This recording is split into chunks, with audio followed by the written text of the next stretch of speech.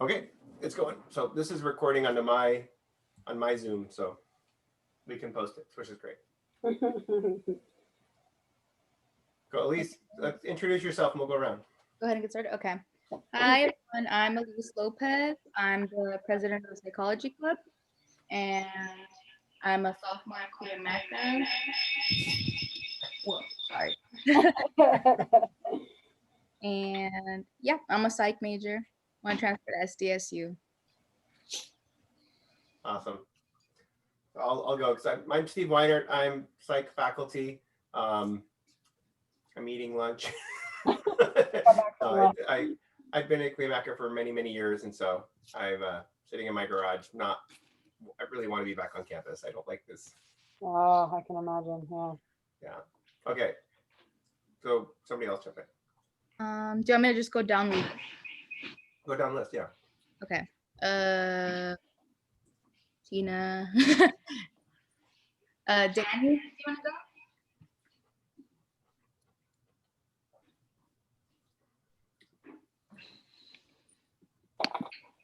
People are hiding from you. He was eating too, so he's probably got his mouth full. Oh, I should probably just go. We can popcorn. Like I'll pick someone at random, and then that person can pick someone at random too. Okay. So my name is Natalia. I'm a student at SDSU right now, just transferred from Cuyamaca. My major is psych. I'm double majoring now in women's studies as well. I'm super excited to be here, and I popcorn Evelyn.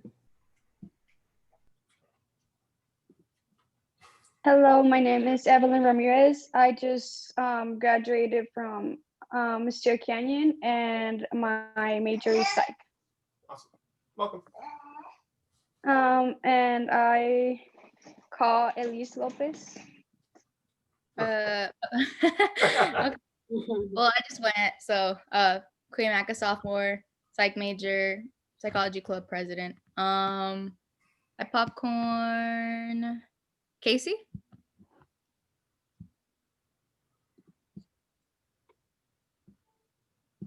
He just talked in stats a minute ago. So yeah, I was having issues unmuting my thing.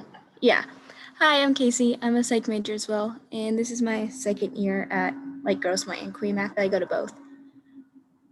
And I'm excited to learn because I don't know what I really want to do in psych. So. Awesome. Valerie. And go ahead. Anyone can go.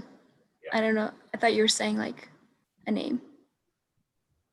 I'll go. Anyway. Hey guys. Hello. I'm Jason. I'm in my last semester here at Cuyamaca, transferring to San Diego State as a psych major. I was in the workforce for a few years, 3.5 years, so I'm back in school now, and good to see Steve Weiner again. Been a long time. I know. Somebody go. I'll go. My name is Valerie, and I am in my 3rd semester at Cuyamaca. I'm a psych major, and I want to transfer next spring to National University, and then after that to Alliant for a master's in IO psychology. Awesome. Go, Jesse. I'm Jesse. I am getting my general ed here at Cuyamaca, and then I'm hopefully transferring to ASU for forensic psychology. Awesome. Hi, everyone. My name is Vanessa, and I'm planning to major in psychology, and in the future, I hope so, transfer to San Diego State. Awesome.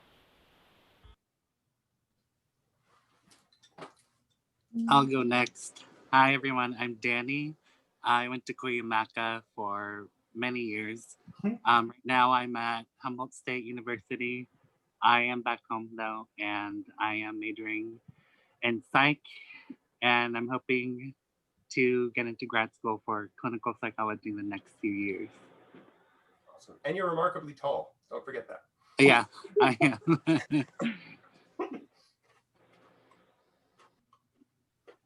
Hans, what do you got? Hi, my name is Hans. This is my 2nd semester in Cuyamaca. My major is in psychology, and I'm aiming for forensic psychology too. Awesome. So we got Austin and Sharon left. I'm Austin. I'm a friend of Elise's, and I thought it'd be interesting to come and see and support. Yeah. Nice. Yeah. And Sharon.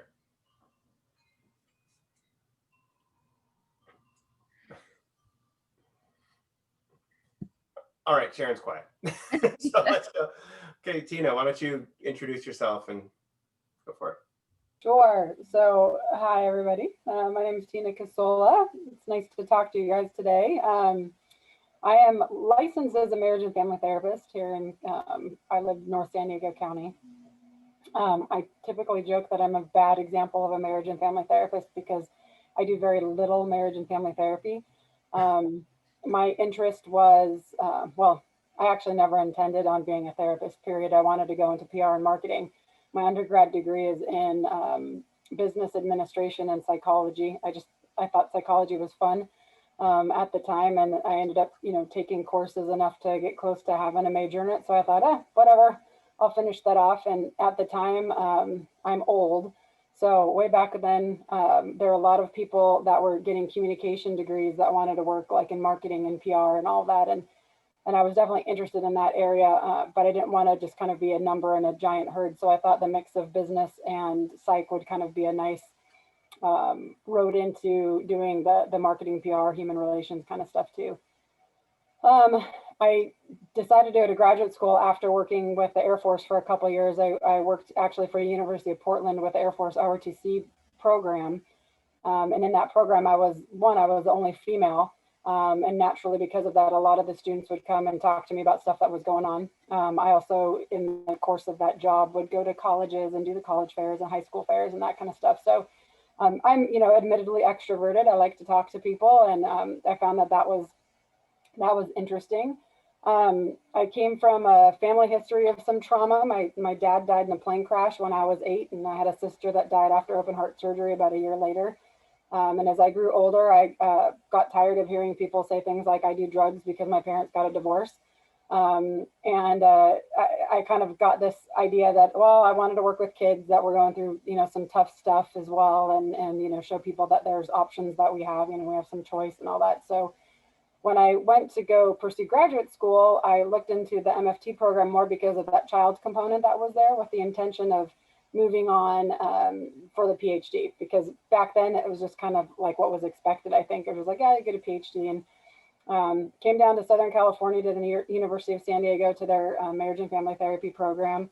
I applied at 3 places: George Fox, Stanford, and USD, and I got into all 3. And the reason I ended up at USD is they actually had us come and interview with the professors there, and I really liked them. And San Diego's not a bad place either. So I was there in the MFT program, and then as a part of the MFT program, you basically have a year of clinical. You do your kind of educational year, and then you go and do your practicum, your clinical experience. And so originally I thought, Children's Hospital was where I wanted to go because I wanted to do the work with kids.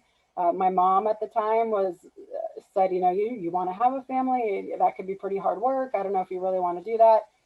Interviewed with them, interviewed with a bunch of spaces, and ended up being offered one of only 2 spots for the county, really, for UCSD medicine. So at that point, I thought, that's pretty dumb not to go to UCSD medicine. That's going to look pretty good on your resume. Even though I had no real interest in working with adults, I wasn't super in favor of the medical model, that idea that we just kind of throw meds at people and make them better. And part of that, again, goes back to my own family history. I have a family of doctors and lawyers. And, given what I told you about my history, my mom definitely went through a depression at one point in time. And my uncle, who was a physician, threw medicine at her. And I saw how that didn't work. And so it was interesting for me to go to UCSD. Really only went there with that idea of it would be good on my resume. Stayed there, did my clinical year, worked, it was the adult outpatient clinic, saw people with, you name it, from a mild depressions and anxieties to schizophrenia, manic bipolars, suicides. I mean, everything. We saw everything through that clinic. at the end of that year, the chief of staff came to me and said, "Why do you want to get your PhD?" And I was like, "I don't know. It's what you do, right?" And they said, "Well, do you want to do testing?" And I said, "No, I mean, the computers are going to do that at some point." Now, grant, this was back when we still hand wrote our chart notes. So you would be surprised at the controversy that existed over going online with medical records. I mean, it was like the world was going to end. Our hands are better for it, that's for sure. So, so I was like, no, you know, I don't really have interest in doing the testing, you know, meaning the MMPIs and intelligence testing and, you know, all those types of things that really, that's the big difference between psychologists and a lot of the other behavioral health licenses.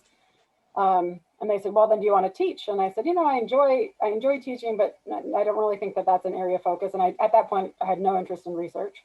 So they said, "Do you want to do clinical work?" And I said, "Yeah." And they're like, "Well, that's what you're doing here, right?" And I said, "Yeah." And so they offered me a job. So that derailed me from my PhD. Because unlike a lot of my friends, I had an actually decently paying job, and it was with UCSD medicine. So of course I was going to stay there. Stayed there for a handful of years. Lived North County, would go work in Hillcrest and work in at St. Vincent de Paul. UCSD ran the medical clinic there, so I did a lot of work down there as well. I mean, great experience. Definitely cannot say that wasn't totally worthwhile, but the commute got to me after a while. From there, I came up to Mental Health Systems, which is a really big organization, and that's a good place to look for even experience outside of, you know, working on your degree. There's a lot of different stuff you can do with that agency. Can you send Elise the contact information for that kind of stuff? Yeah, for sure. Yeah. Yeah, and in mental health systems, they do a lot of county contracts and stuff. So they do substance use, they do kid stuff. So what we ended up doing there is a friend of mine and I split a contract where we just went once a week, every other week to Julian, and we worked with the kids in the elementary and middle schools. And it was nice. It was nice just to drive up there and spend some time kind of doing some just wraparound services. That was short term. Realized that I really wanted to get back to the trauma kind of roots where I wanted more experience in that, and had an opportunity to go work at the VA.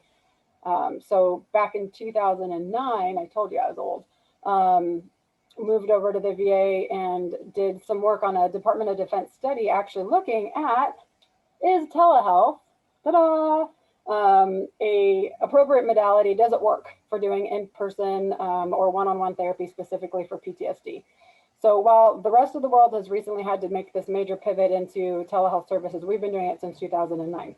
Our joke was, don't steal our bandwidth. So I was there at the VA for a lot of years. Obviously, I got pretty proficient in PTSD treatments. And then about 6 or 7 years ago, got hijacked, as I like to put it, into working with first responders. That was through a friendship that with a neighbor where we would talk about kind of what I was doing, and he was with the fire department, and I call them all my fruit salads. So law enforcement, fire, military, they're all different flavors of fruit, but they're all fruit. And we talk about kind of the effects of trauma. And trauma is a very human experience. It doesn't even have to get categorized within in groups of people. As humans, we all really respond in the same way. Through those discussions, he started to kind of have more insight into watching out for himself and his peers, saw that there were some kind of little hiccups that were happening, and asked me to come in and kind of look. And so I was like, oh, of course, you know, Pollyanna, sure, let's help out. But what I quickly learned back then was that we hadn't really looked into this group as far as their need. We weren't doing education, and we certainly weren't actually providing like the evidence-based, the good therapies that we knew to be efficient and effective. So that was 6 or 7 years ago. Nobody was really talking about it. Canada and Australia were the only countries that had kind of good research, and good as a lowercase g on that one. Since then, it's incredible. Like I did this morning, did a webinar for the International Association of Firefighters about finding behavioral health practitioners, and you know what to look for, and the modalities that work and all that. So it's changed a lot over the years. So we have a group, the company is called First Alarm Wellness. We primarily work with fire departments. I'd say probably about 80% of our contracts and alike are with fire departments. We also work with law enforcement. Cities do workers' comp work. We still see veterans and military, but just not as much. And we do anything from crisis management to, you know, one-on-one, more longer-term care for things like anxiety, depression, PTSD. I was just on Saturday with a crew who had a critical incident, a tough call with a kid. So we'll go and do that where we do crisis debriefings. Yeah, all the way through back to work for people that take time off to go through therapy and to kind of clean some stuff out and hopefully get them back to work. That's always the goal. And then, you know, outside of that, you know, we do work with other family members and other things as well. I was also the lead mental health person for the Red Cross for a couple of years here in San Diego County. So I got some experience in that area as well. If you have questions about that, I can tell you about that stuff. Yeah, so that's kind of me in a nutshell. Really curious to know what you guys want to know. I mean, you're in a space where you have lots of different avenues, and that's cool. So I'm gonna jump in and ask you a question here before they do. Sure. So do you think your personality is what got you where you are? Yes. And I'm not saying, so I don't want people to take that as, well, Tina's extroverted and she's got lots of energy and so that's where she is. Because you don't have to be an extrovert, right, to do this. In fact, I get teased a lot about like, how can you actually be a therapist? Because you sure like to talk a lot. You know, I'm like, well, it's because I listen to people all day long. I think in regards to like the telehealth stuff, if you are a flat or kind of a really kind of subdued personality, it's hard to join and connect with people. And you guys probably have seen that. I mean, your generation is going to be pretty well set up because you're used to being online. And certainly now after this year where everything has shifted into this, you know, I'm really happy to see that those of you that are on camera don't have it sitting on your lap and you're looking up your nose. Because I'm like, come on, people, at this point in time, we're 8 months into this. We should know how to set up our cameras in these ways. So personality wise, you know, it's been a passion project to some extent. You know, I found something that I was interested in. I always said I could never be a salesperson. My first job offer after college was actually from Muzak. That was that company that like basically sold you music to play in your elevator. And I was like, oh no, I can't do that because it turns out people really don't need to listen to music in elevators. So, you know, I'm not going to be good at selling that. The programs that we've developed, the need for our services and stuff, I 100% believe in them. So I can talk about them all day long. Getting to see the change that we've seen in people, you know, early on in my career, we didn't have a lot of evidence-based stuff. There was a lot of supportive talk therapy that went on, but we didn't always get to see change. And the therapies that we've developed that have been researched and understood as to the mechanism of why they work, because of those, we actually do get to really witness change in people. We get to see people feel better. And that helps, that keeps us, you know, excited and moving forward. So, yeah, I mean, I like people. I talk to anybody. My daughter is a high school junior. She's in the next office over because she's still working, doing distance learning too. And we had people come into the house and she's not as extroverted as I am. And I drive them crazy because they're like, oh God, mom's going to, you know, hook up with somebody at the grocery store and we're going to be stuck here for an hour talking about stuff, you know? So it helps. It definitely helps. It's helped to develop a placehold in this niche. But I don't want anybody who's not extroverted to think that that means that you can't do this job. That's for sure. Questions? Ask me questions. What do you want to know? I had a question. So do you think your job has an effect on your personal life, or is there how do you manage both? You know, how do you separate one from the other? Yeah, well, for sure. I mean, I don't think doing in any level of this, you know, having human connectedness, there's no way that we don't get touched by it.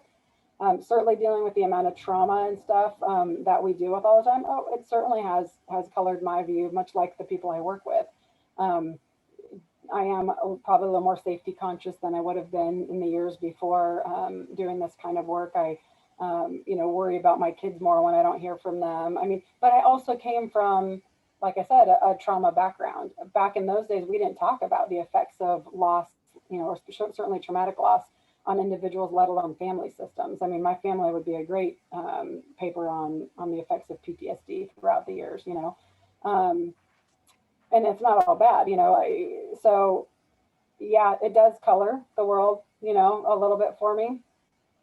You'll hear a lot through school about, you know, self-care and developing appropriate coping mechanisms, and, you know, that all therapists should also be in therapy. And everybody always laughs, well, how does a therapist find a therapist? And I was like, well, ask another therapist, you know. But yeah, so you do have to have those outlets. You have to have good boundaries. Because a lot of us do it for reasons that are altruistic. We want to help. A lot of us are codependent. Teachers, doctors, police officers, firefighters, therapists. We are codependent to some extent.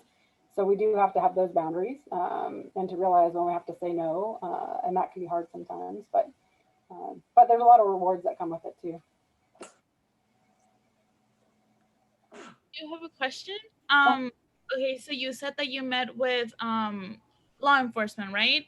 And that's individual, like sessions with them? So we do both. We have a lot of contracts. We have really kind of built a network around, so we have contracts directly with cities and departments. And sometimes those contracts allow the individual people to have one-on-one sessions for things. We do educational classes. So we travel around. I'm usually traveling all the time. So that's been interesting with COVID, right? So we do classes on all sorts of different topics. I do like a behavioral health 101 class where we talk about the influence of the job, on ourselves and on our relationships and, working in the community and alike. We'll do classes on sleep. We support peer teams. There's been a lot of development of peer support teams. So those kind of informed advocates for each other, and we'll support those folks. Like I said, we do crisis debriefings where if something bad happens, we go. And either with the department, sometimes with the communities. I worked with a lot of people that were in Vegas for the shootings. You guys are all kind of spread out, but a lot of the departments down here, when we have something big happen, we get involved with those people. And that's both from the side of the department and their personnel, but sometimes also then with the individuals that were involved in that. So it's pretty varied. We do a lot of stuff.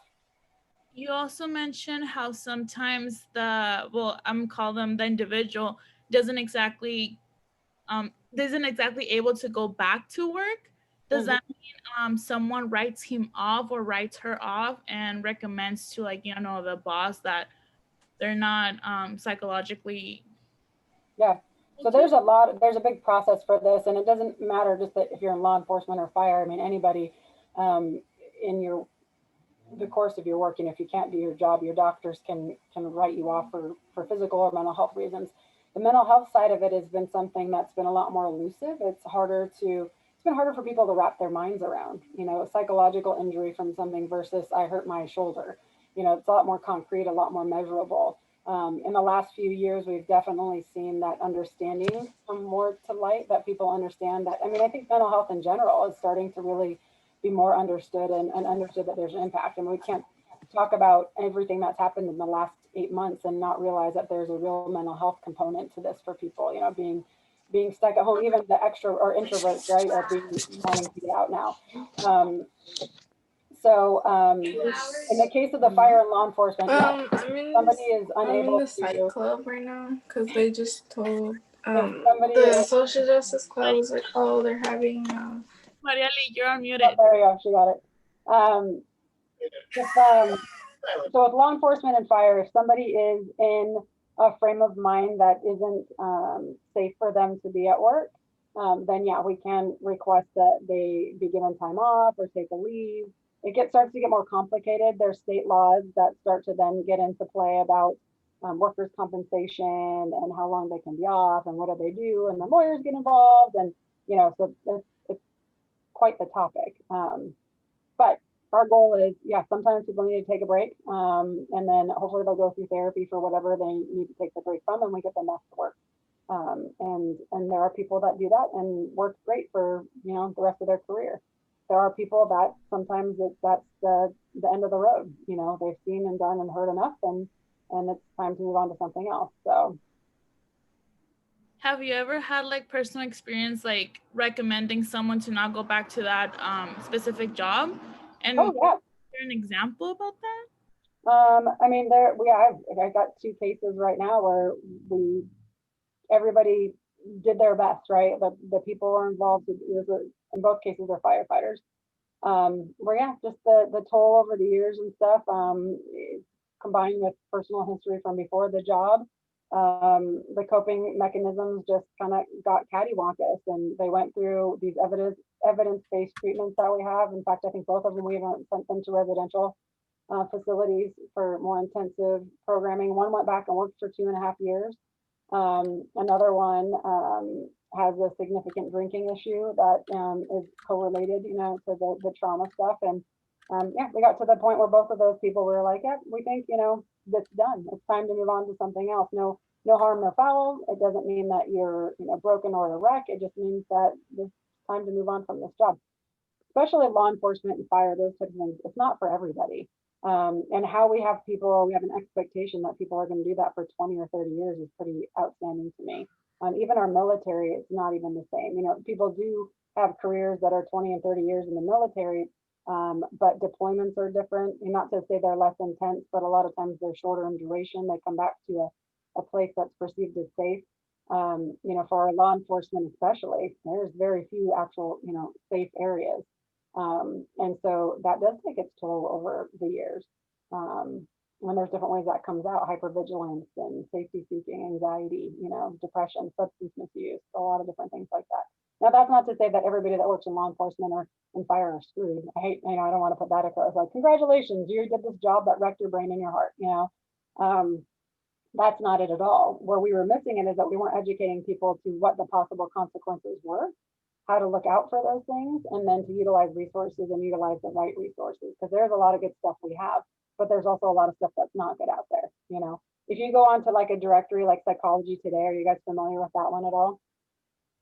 You go on there, you click trauma therapist, and it is overwhelming the number of people that pop up and say that they're trauma therapists. And you're like, okay, well, what does that mean? I mean, I have people that will say like, well, I have a trauma certification. I'm like, great. So really, I know, and I don't mean to sound mean, but what that means is you paid somebody for the certificate program that they have. I don't know if it's validated. I don't know if it's a good treatment. I don't know what your skills are at doing that. Some people have a lot of experience working with domestic violence, and that's fantastic. And there's definitely a need for that. But that doesn't always mean that they'll be the right fit for working with firefighters. But they could be an awesome fit. So this morning's webinar, we talked a lot about how to vet clinicians, how to find out, who's the right fit for us. So it's not just about education, it's about experience and other things too. So. Do you have trouble with the machismo of some of the clientele that you're working for? Because of, or do they think that once they get to this space, do they realize that they can't just soldier up and muscle through it? Yeah. A lot of times but that wasn't easy, right? I mean, again, I've been doing this for 6 or 7 years, hardly making any money. In the beginning, it really was, oh, Tina, that's sweet that you want to come talk to us, but we're fine. And I'm like, no, you're not, and we did a lot of classes and a lot of stuff for free, just to kind of start getting that education out. A lot of times I get asked, we'll be at a conference and we'll be hanging out afterwards, and people are like, are you analyzing me right now? And I'll say, well, no, that costs money. I'm just here to have a drink with you. So I would say not as much machismo as resistance or avoidance, or that stigma that was related to, and still is related to, mental health treatments. Again, in the younger generation, and all, you guys are included in that, you guys are much more open to it. Conceptually, you get it and you understand that there's value to it. And in the fire and law enforcement world, I see that as well. They're more open to it. But the culture has been shifting. And so a lot of times, like this debrief that I did over the weekend, one of the best parts about it was that I had the senior guys on the crew actually validate that, hey, we're doing this because it was one of the newer firefighter paramedics. It was the first time that they had to do CPR on a child. And the older guys were like, we called this together because we want it to be different for you guys.